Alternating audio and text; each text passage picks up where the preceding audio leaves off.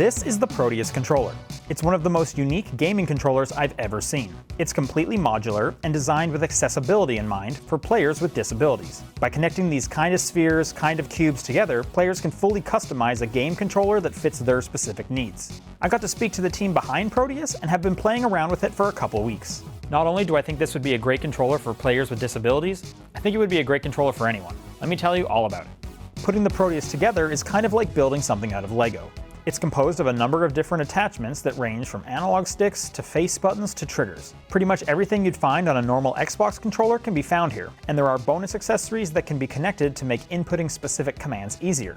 The controller is aimed at helping gamers who can't use a standard controller by changing and adapting to the person's specific needs. It's being developed by Irish company ByoWave, and I spoke to the CEO, Brandon Blako, and CXO, Evelyn O'Riordan, about their journey to bring this concept to life. Yeah, so I have a disability. I have a connective tissue disorder called Ehlers-Danlos syndrome.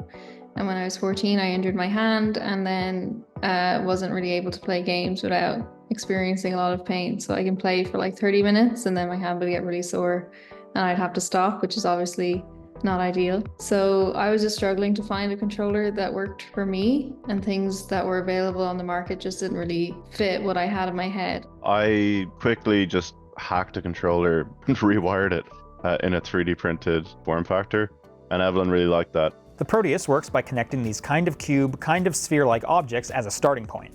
You insert these gear-like parts into the corresponding slot and then slide the locking mechanism into place, holding the two parts together. By design, they're meant to be able to connect at any angle. However, you won't find a headphone jack for plugging in a headset, and there is no rumble or haptics.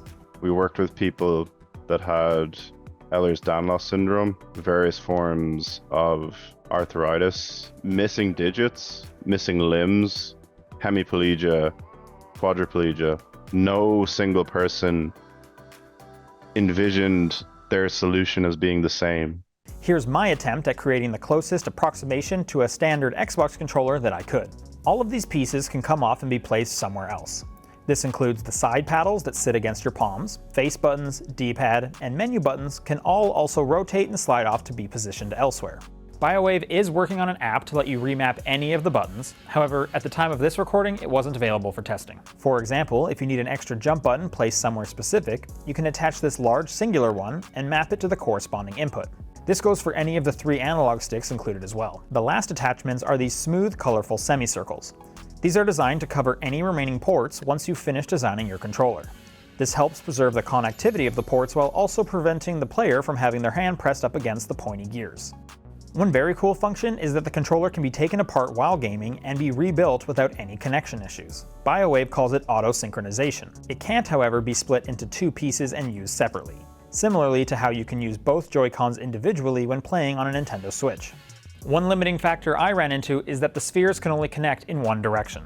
It would have been nice if the package contained a kind of double-sided gear attachment so I could connect the spheres in any orientation I wanted. Another issue I encountered is that it takes some real focus and effort to fully connect and lock everything into place. And I'm doing this from the perspective of someone without any motor difficulties. I wouldn't be surprised if some people needed additional help from a friend when setting everything up. The more customization you offer, the more complexity increases, and the more overwhelming it can potentially be to find a starting point or to find your own ideal customization point. Our best approach for that right now is we've just found some starting configurations that resemble controllers that people already know and love, and we provide guides for how to build that controller first, and then from there you might be able to learn where to go. And we do that for, not just a standard controller, we do that for a one-handed controller, and we do that for, a number of other specific use cases.